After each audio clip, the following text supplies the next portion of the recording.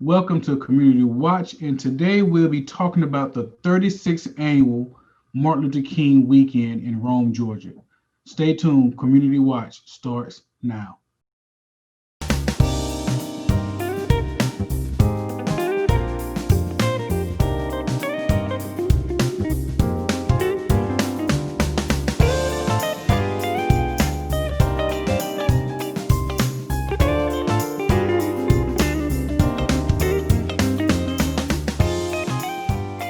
Welcome to Community Watch.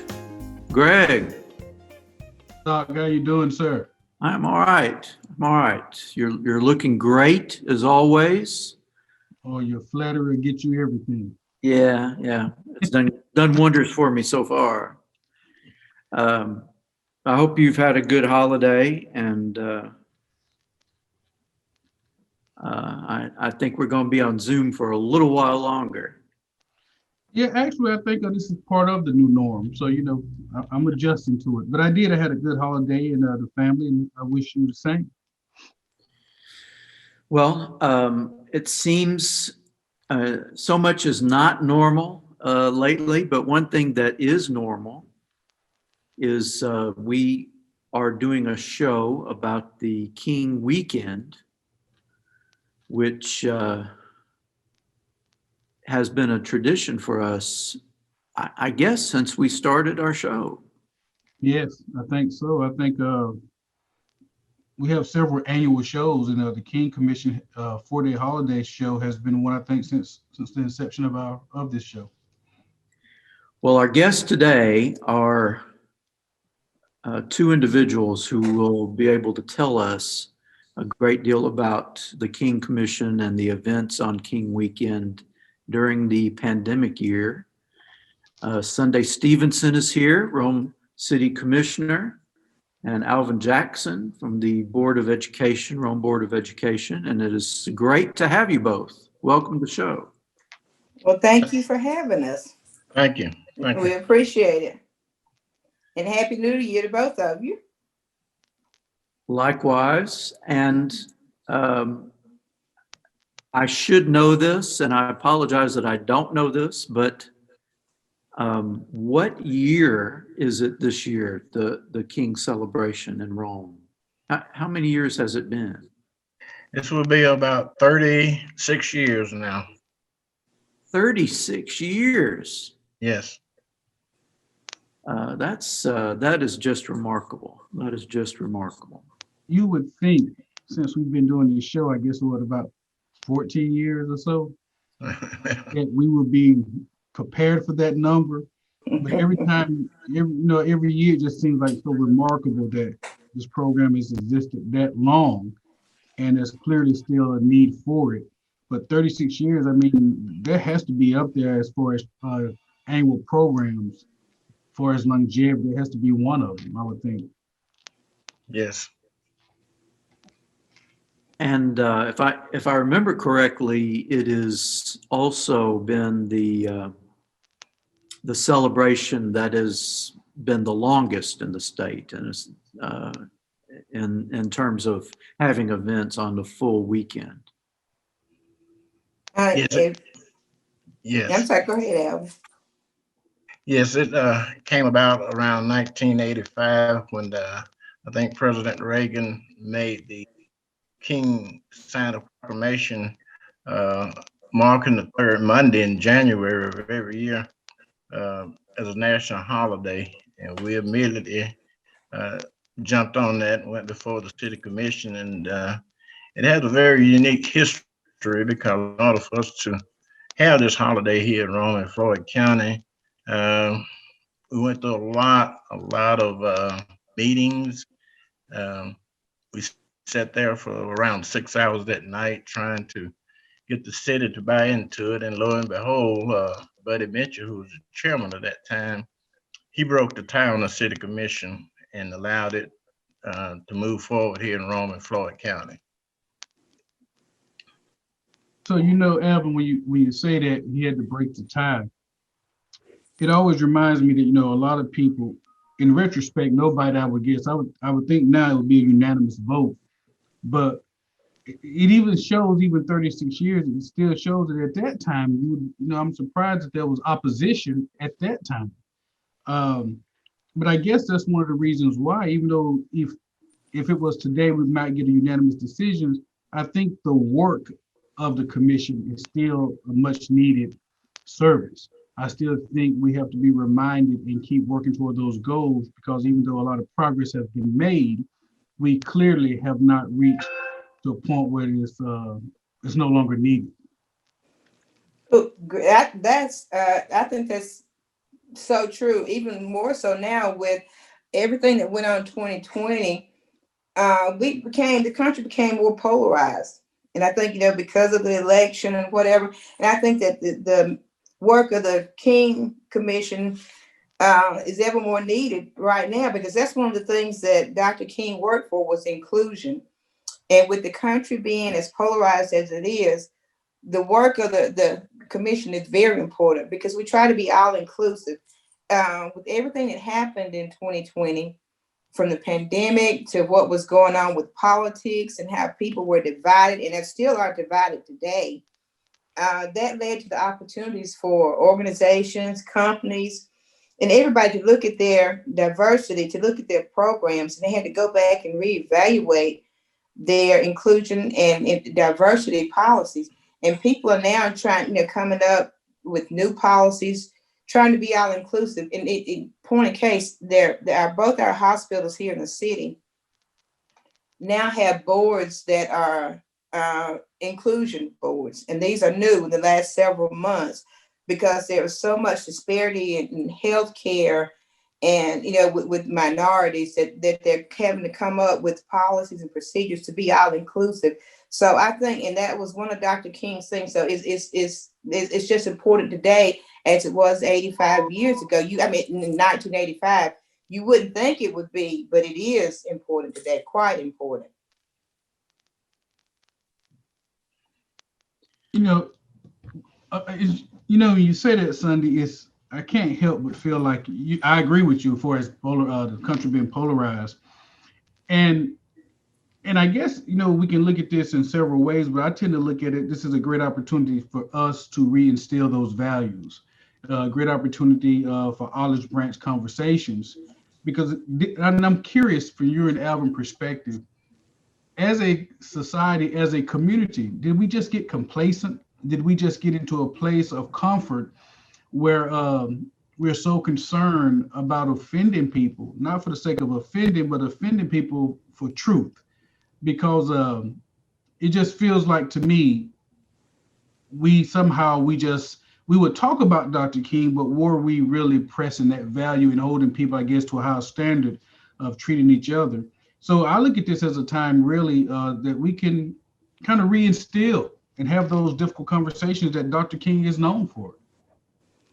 In order for us to move forward, you have to have difficult conversations, and we have to be intentional. And those conversations, like you say, they are not always pleasant. And I think we got to a place where we wanted to be so politically correct, did not want to offend anybody in any way, that we kind of lost our footing, our bearing, which way we were going. So yes, so that's why it is ever more. It's just so important now that we sit down, we be intentional, and that we do have the uncomfortable conversations, because we have to come together, because I breathe the same air that Dr. Hershey breathes when he walks outside, and I'm outside with him. That air is not divided. We're both breathing the same air. So we have to be all inclusive. So it must have been a challenge for the King Commission this year, on one level, because of all of the events nationwide in the past year, but also because of the pandemic. I mean, how would you approach the weekend this year, given all of those things? And as on one level, there is it is a crucial time to try and bring people together. But, we also are having to be distanced because of the pandemic. So that must have been a huge challenge for the organization this year. That for this year, that's right. But thank goodness, last year we were able to help feed people. We were able to still touch people by reaching out to them to phones, making sure they were okay. Because during this pandemic, there were a lot of people that have become lonely. So people that live by themselves, we were able to touch them by calling, "Are you okay?" Just calling to see how you're doing. But this year, with our what normally would be a 4-day celebration, we had to cut that because our numbers here in Rome and Floyd County, they are high. And because of the social distancing and we can't have large crowds, we had to rethink and redo what we're going to do this year. But thank goodness for technology. Just like we're using technology today to tape this show, what we plan to do this year for the weekend, we will not have anything on Friday night because that had to be canceled. That's normally when we're at the auditorium. But because of social distancing and large crowds, God forbid, we certainly wouldn't want anybody to come to something that we are promoting and they get sick. So we will not have anything on Friday night.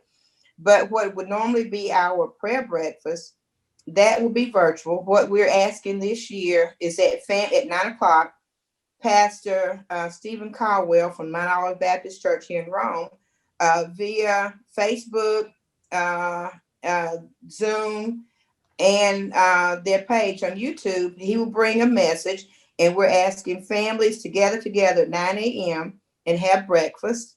So that will be our prayer breakfast this year.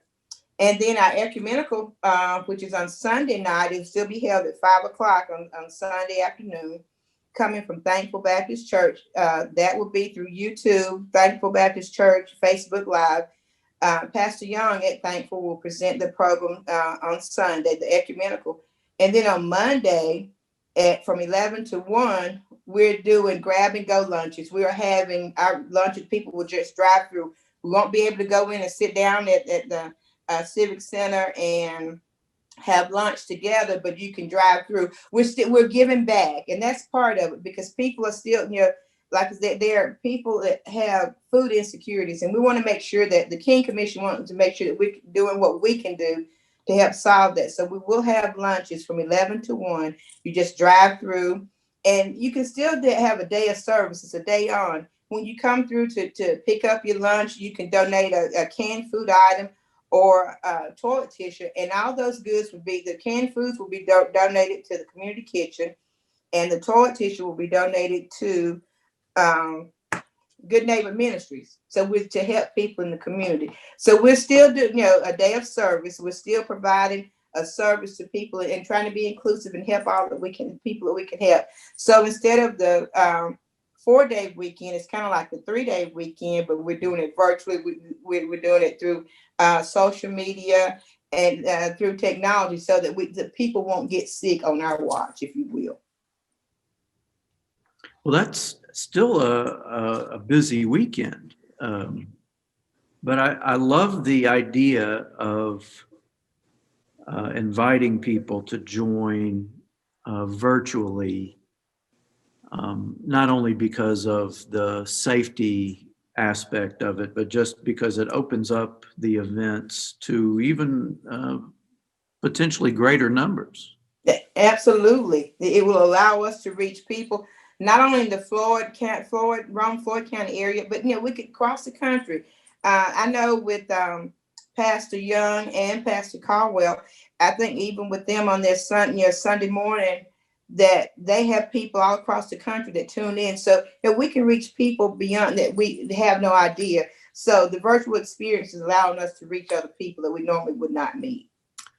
Well, we have to break here for a message, but we will be back in just a few seconds with more discussion, so don't go away.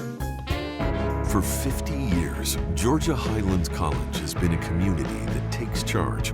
At GHC, we have a mission to provide access to an outstanding education, meeting the career needs of the region, and helping our communities thrive. Every student we graduate becomes a celebration, we never forget. We are more than Chargers. We are Chargers taking charge for 50 years and beyond. And welcome back to Community Watch. We are having a conversation with Rome City Commissioner Sunday Stevenson and Board of Education member Alvin Jackson, who are also leaders on the King Commission. And we're talking about the King holiday weekend, which is undergoing some changes due to the pandemic. So we've been talking about that. Mr. Jackson, I've got to think that the part of the weekend that many people have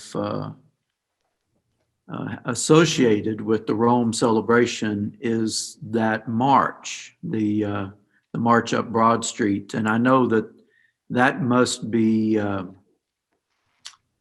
something that you will miss this year. Because that's been sort of a meaningful, symbolic part of the weekend. What were y'all thinking about that aspect of it? Well, we talked about it, and I thought about it, and it would be impossible to social distance people in that march. And from a health standpoint, we thought it would be best just to cancel that march, because there's no way you can keep people 6 feet apart in that type of march. And as bad as I hated to, I thought it was best that we cancel the march at this point in time. And you're right, it's been a staple of the King Commission for years. You know, that was one of the ways that Dr. King practiced nonviolence, excuse me, with the march.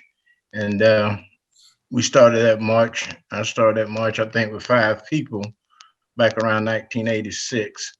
And it's grown to somewhere over 1,000 people now every year. We started with 5 people marching up Broad Street. And just a little bit of history about it. The first year I did it, on my way down Broad Street, all the stores were open, and people were calling me names and shooting with birds and things like that. And you know, but we marched on, and 5 of us marched in the snow and ice up Broad Street to the city auditorium. And you look around nowadays, and all the businesses are closed, schools are closed, and you know, it's grown. And I think that was a staple point in this celebration, was the march, because it was something everybody could participate in. It didn't cost you anything but time and a little exercise.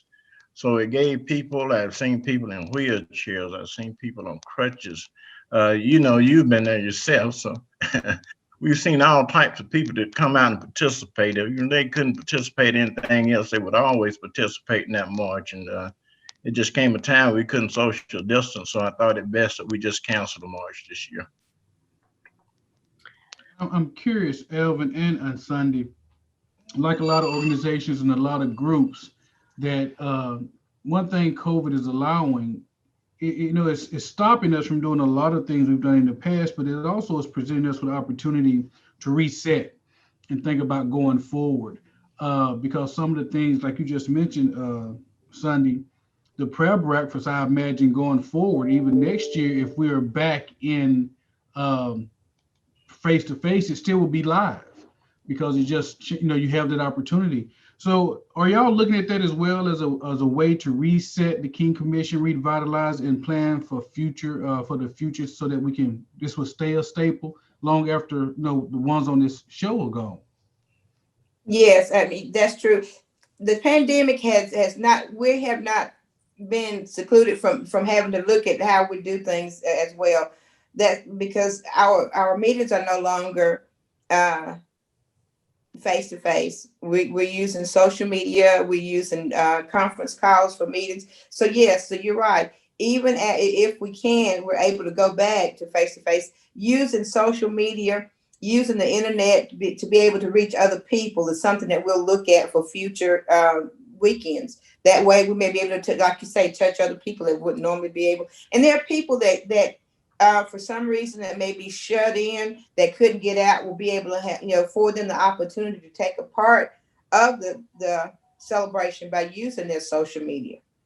So it's something that, yeah, it's causing us to have to look at ourselves as well and to revamp.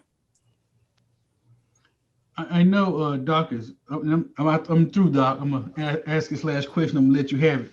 But I'm curious because I want to go back just a little bit because it is the King weekend, and I'm a firm believer that the best way we honor people is to continue their work. And as you mentioned earlier, Sunday, this is a very trying time for America. This is a very trying time for, I think, all states. And Georgia being very polarized, left versus right, Democrats versus Republicans, and so on and so on. What do we do? I mean, how do we move forward as a community in a healthy way?